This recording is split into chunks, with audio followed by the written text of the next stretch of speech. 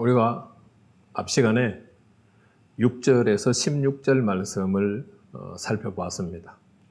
자, 이제 17절에서 31절 두 번째, 세 번째 문단을 한꺼번에 같이 살펴보려고 합니다. 왜냐하면 여기에서는 특별히 해석해야 될 것들이 별로 없어요. 정리만 하면 되거든요. 자, 1절에서 5절은 심판의 대상이 성읍 혹은 성으로 표현이 됐어요. 그런데 6절에서 16절은 이스라엘의 고관들로 표현이 됐어요. 17절에서 22절은 심판의 대상이 누구로 언급이 되느냐 하면은, 자, 17절 말씀 보시죠. 여호와의 말씀이 내게 임하여 이르시되, 18절에 첫 단어 인자야. 이거는 이제 말씀을 시작하는 관용구죠. 그 다음에 나오는 18절 두 번째 단어가 이스라엘 족속이라고 표현을 해요. 그래서 여기서는 이제 심판의 대상이 누구냐? 이스라엘 족속으로 확장이 됐어요. 성읍은 더 넓은 지역이죠. 성읍 안에는 고관들이 있는데 고관들에게만 초점을 딱 맞췄어요. 그러다가 이스라엘 족속 고관들에서 이스라엘 족속으로 심판의 대상들을 확장을 시키고 있어요. 그것을 우리가 이제 잘 봤으면 좋겠어요. 그래서 이스라엘 족속들에 대한 평가가 18절 말씀에 기록이 되어 있어요. 이스라엘 족속이 내게 찌꺼기가 되었다. 하나님에 대해서 찌꺼기가 되었다는 거예요. 여러분, 하나님의 소유가 찌꺼기가 되면 되겠어요? 제사장 나라를 감당해야 될 하나님의 백성들이 찌꺼기가 되면 되겠어요? 거룩한 백성이 되어야 될 하나님의 자녀들이 찌꺼기가 되면 되겠어요? 그런데 하나님께서는 예루살렘 성읍에 살고 있는 고관들, 또 찌꺼기죠, 물론. 이스라엘 족속들이 찌꺼기가 됐다는 거예요. 그래서 18절 하반절을 보면은 곧 풀무불 가운데 있는 놋, 주석, 쇠, 납, 은의 찌꺼기 같다. 자, 풀무불에 주석을 넣으면 어떻게 돼요? 다 녹아서 없어지죠. 은, 납 전부 다 넣으면은 다 녹아서 없어져요. 형체도 없이 사라지고 나중에는 찌꺼기만 남는데, 바로 이스라엘 족속들이 그 풀무불 안에서 다 녹아버린 찌꺼기와 같다고 하나님이 평가를 하시는 거예요. 그러면서 여호와 하나님께서 찌꺼기를 어떻게 하시겠다라고 말씀하시는데, 그게 이제 19절, 20절 말씀이에요. 자, 19절 말씀. 그러므로 주 여호와께서 이같이 말씀하셨느니라. 너희가 다 찌꺼기가 되었은즉 내가 너희를 예루살렘 가운데로 모으겠다. 사람이 은이나 놋이나 쇠나 납이나 주석이나 모아서 풀무불 속에 넣고 불을 불어 녹이는 것 같이 내가 노여움과 분으로 너희를 모아 거기에 두고 녹이리라. 우리가 앞에 6절에서 16절은 예루살렘 성읍을 뭐라고 표현했다고 봤어요? 내 가운데에 13번에 걸쳐서 내 가운데에 라고 표현을 했어요. 고관들이 예루살렘 성읍에서 15가지의 죄를 구체적으로 지었어요. 더 많은 죄를 지었겠지만 대표적으로 15가지를 언급한 거겠죠. 그런데 이스라엘 족속들의 죄를 얘기하면서는 이제 19절 말씀에서 예루살렘 가운데라고 이제 밝혀요. 지금 너희가 다 찌꺼기가 되었거든. 여호와께서 어떻게 하신다고요? 예루살렘으로 다 끌어모으시겠다는 거예요. 예루살렘으로 다 모은다. 그래서 어떻게 하시겠다고요? 노여움과 분으로 거기서 너희들을 다 녹이겠다. 다시 다른 말로 표현하면 심판을 해서 완전히 멸해버리시겠다는 거예요.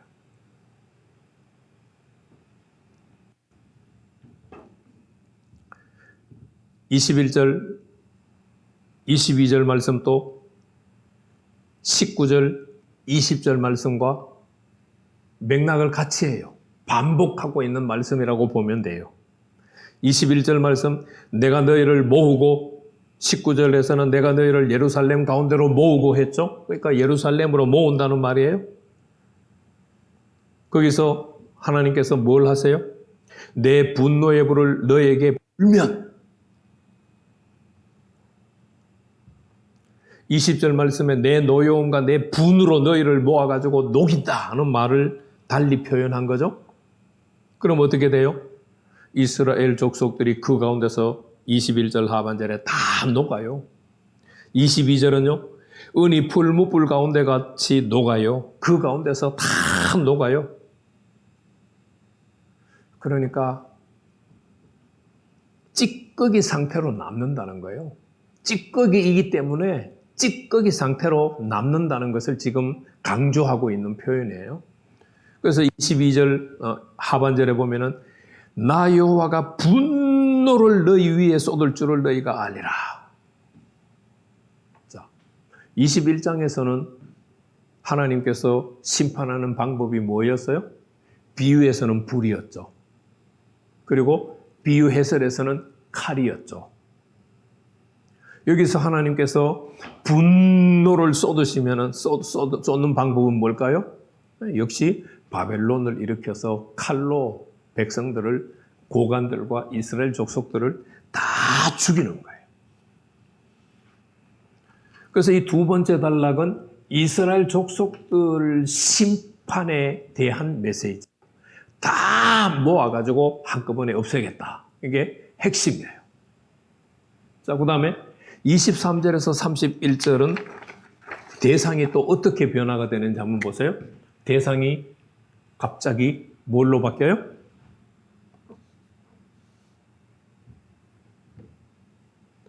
(24절) 말씀에 너는 그에게 이르기를 너는 정결함을 얻지 못하는 땅이요 진노의 날에 비를 얻지 못하는 땅이로다. 이제 갑자기 하나님의 심판의 대상이 땅이 됐어요. 21장에서도 하나님께서 에스겔에게 저 얼굴을 남쪽으로 돌려라. 남쪽 숲을 향하여서 큰 소리로 외쳐서 쳐서 예언해라. 그런데 비유 해설에 가서 보니까 그 남쪽 숲이 뭐였어요? 예루살렘을 향하여, 성소를 향하여, 이스라엘 땅을 향하여 였죠. 지금 또 성읍에서 시작해가 고관들로 갔다가 더 이스라엘 족속으로 확대됐다가 이제는 전체 땅으로 넓어졌어요. 심판의 영역이. 그러니까 이스라엘 땅을 심판한다고 하는 말은 그 이스라엘 땅에 살고 있는 모든 고관들과 족속들을 다 심판한다는 말이 되겠죠. 그런데 이 이스라엘 땅에 사는 사람들이 네 부류로 하나님께서 나누어서 그들의 심판을 선포해요. 첫째, 25절의 선지자들. 25절 보세요. 그 가운데에서 선지자들의 반역함이 우는 사자가 음식물을 움킨 같도다. 우는 사자가 먹잇감을 찾기 위해서 어떻게 해요? 동물의 세계에서 사자가 먹이 사냥하는 장면들 많이 보셨죠? 딱 웅크리고 쏜살같이 달라가서 먹이를 낚아채잖아요. 그처럼 선지자들이 살았다는 거예요. 선지자들은 뭐 하면서 살아야 되는 사람들이에요? 하나님의 말씀을 받아서 하나님의 말씀을 전해줘야 되는 사람들이잖아요. 그런데 선지자들은 하나님의 말씀을 받아서 하나님의 말씀을 전해준 게 아니에요. 더더구나 바벨론 포로로 잡혀가 있는 사람들에게는 어떤 선지자가 진짜 선지자 노릇을 했어요? 거짓 선지자들이 진짜 선지자 노릇했어요. 에스겔은 하나님이 부름을 받은 참 선지자지만 그들이 두려워서 말 한마디 못하면서 처음 부름 받았을 때 그렇게 살았었어요. 3장? 2장인가요? 26절, 27절 말씀에, 그리고 3장 15절 말씀인가요? 두려워서 집에 일주일 동안 머물러 있으면서 꼼짝도 못했잖아요.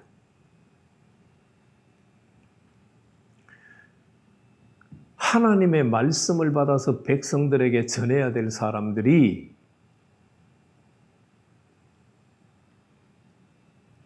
우는 사자처럼 살았어요. 그것을 그 다음에 하나님이 뭐라고 번역했어요?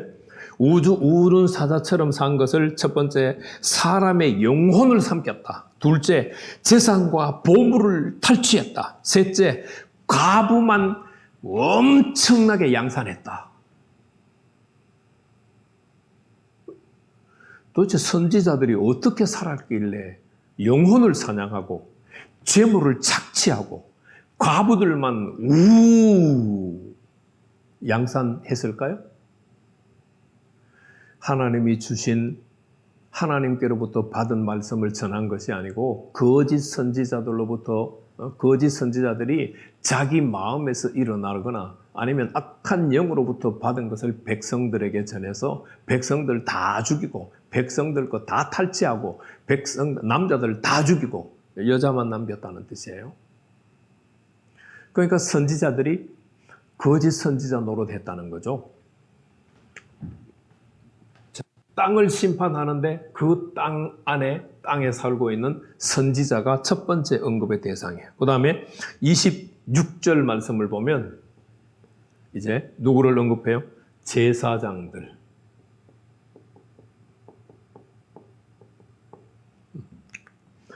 그 제사장들은 5가지 죄목을 언급을 해요. 내 율법을 범했다.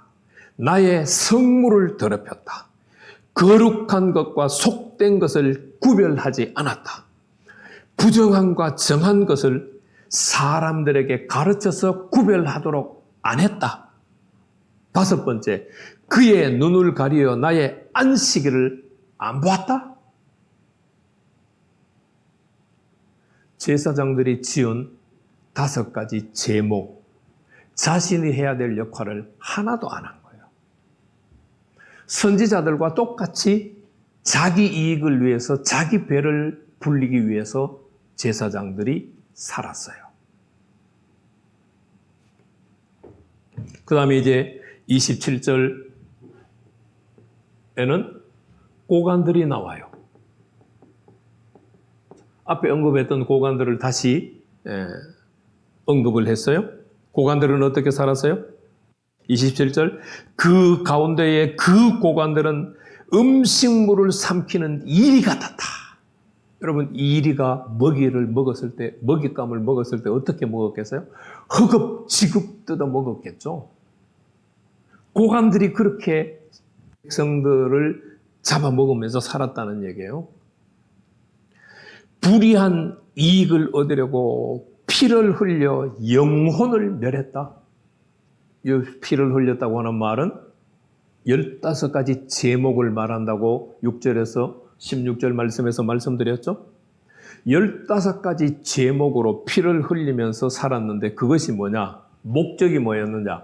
불의한 이익을 얻기 위해서 산 거예요.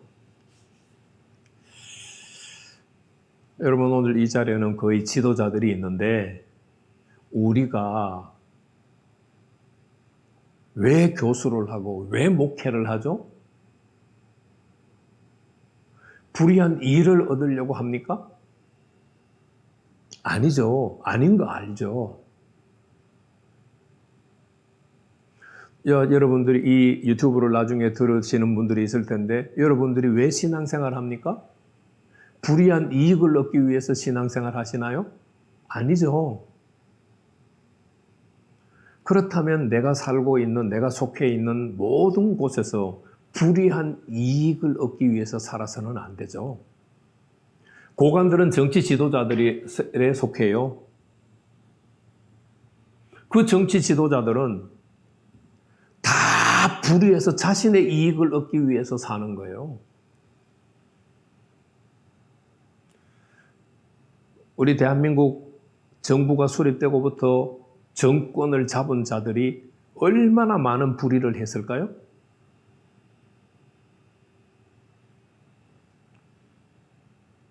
어마어마하게 불의를 했겠죠. 잡은 정권마다 누구 어느 정권 할 것 없이 하나님이 그 불의의 이익을 챙기라고 정권을 맡기시는 게 아니에요. 우리가 하나님의 자녀들로서 하나님의 마음을 안다면 정치 지도자들을 위해서 중보하고 기도해야 돼요. 단순히 미워하고 내 마음 밖에서 그냥 신경질 내고 짜증만 내서 안 돼요. 그들의 영혼을 불쌍히 여기면서 우리의 기도가 하나님 앞에 상달될 때 이 나라의 지도자들이 바로 서겠죠. 자, 그런데 이 고관들이 죄를 짓는데 누가 도움을 줬어요? 28절에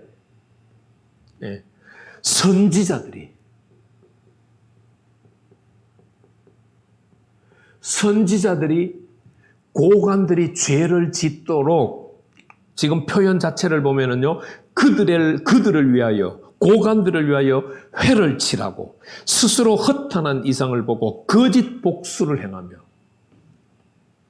선지자들이 거짓말로 고관들을 위해서 백성들에게 거짓말을 하는 거예요. 고관들이 백성들 것을 빼앗을 수 있도록 거짓말로 조언을 하는 거예요. 점을 쳐서 조언을 하는 거예요.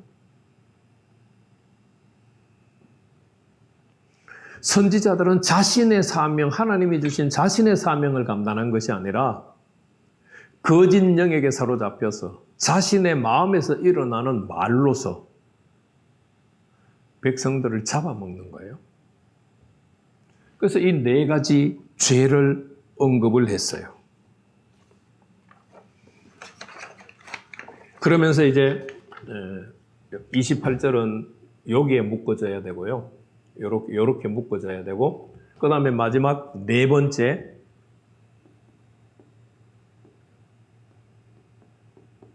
백성들의 죄를 언급해요. 몇 절이죠? 29절에.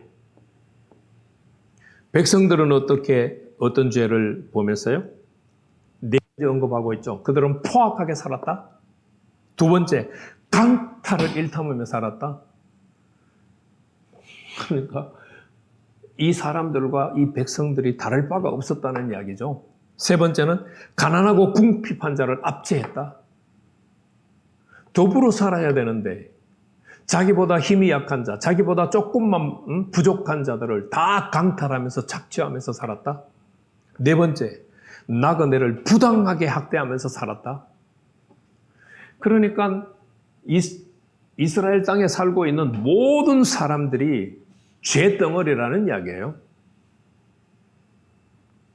죄덩어리. 하나님은 어떤 사람을 찾았을까요? 30절 말씀에 이 땅을 위하여 성을 쌓으며, 여기서 성을 쌓았다고 하는 말은 단순히 건물로서 적을 방비할 수 있는 성을 쌓았다는 말이 아니겠죠. 여호와께서 언약으로 주신 언약의 말씀을 잘 듣고 지키는 것이 성을 쌓는 방법이에요. 성 무너진 데를 막아서서 어쩔 수 없이 이미 언약의 말씀을 어기고 죄를 지었어요. 더 이상 그 죄가 퍼져나가지 않도록 그 성문을 막아서서 더 이상 죄가 퍼져나가지 않도록 힘쓰고 애를 쓰는 자들, 하나님이 그런 자들이 있기를 기대하셨고 그런 자들을 찾으셨어요. 그런데 자, 이 땅을 위하여 성을 쌓으며 성 무너진 데를 막아서서 나로 하여금 멸하지 못하게 할 사람을 내가 그 가운데서 찾다가 찾지 못하였으므로 하나님은 지금 심판하고 싶으신 게 아니에요. 어떻게 하든지 용서하고 돌이켜서 다시 은혜를 베풀고 복을 주시고 싶은 거예요. 그 일을 감당할 수 있는 사람을 하나님께서 찾고 찾으셨는 것이 성을 쌓고 무너진 성을 막아선 자들을 찾으셨는데 아무도 없는 거예요. 그러니까 어떻게 할 수밖에 없어요? 하나님이 심판하실 수밖에 없는 거예요. 그래서 마지막 31절 말씀에 하나님께서 내가 내 분노를 그들 위에 쏟으며 내 진노의 불로 멸하여 그들 행위대로 그들 머리에 보응하였느니라. 심판할 수밖에 없어요. 하나님께서 소돔과 고모라를 심판하시겠다고 하니까 아브라함이 하나님 앞에 뭐라고 표현해야 되죠? 명분을 가지고 들어왔죠. 하나님, 의인하고 악인을 함께 멸하실래요? 공의의 하나님이 의인을 멸하셔도 됩니까? 아브라함은 그 명분을 가지고 하나님 앞에 요구를 했어요. 의인 50명이 있는데도 소돔과 고모라서 멸하시겠습니까? 하나님의 대답은 당연히 아니죠. 그런데 10명까지 왔죠. 소돔과 고모라서 10명의 의인이 있는데도 멸하시겠습니까? 하나님, 아니. 그러니까 소돔과 고모라성에 10명의 의인도 없다는 이야기예요. 하나님께서 지금 남유다를 멸망시킬 수밖에 없는 것은 우리 창세기 18장 말씀으로 표현하면 남유다에 10명의 의인이 없다는 거예요.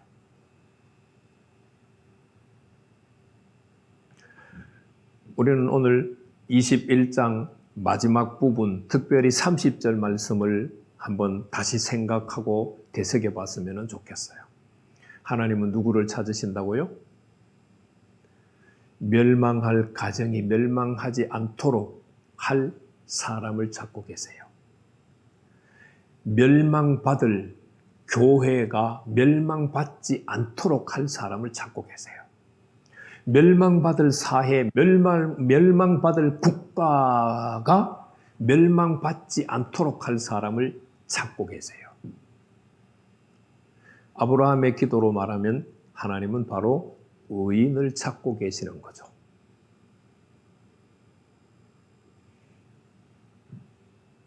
지도자는 달라야 됩니다. 그리고 성도도, 충성된 성도도 달라야 합니다. 어떻게 달라야 할까요? 하나님이 찾으실 때 하나님이 찾는 사람이 돼야 됩니다. 그러나 에스겔서 22장은 고관들로부터 시작해서 백성들까지 선지자나 제사장들이나 똑같은 족속들이에요. 그러니까 하나님의 심판을 받을 수밖에 없는 거예요. 자, 내가 목회하는 교회, 내가 속해 있는 교회, 지금 어떤 상태일까요? 깊이 기도하시고 잘 분별하셔서 대처하는 지혜를 하나님께로부터 얻게 되기를 축복합니다.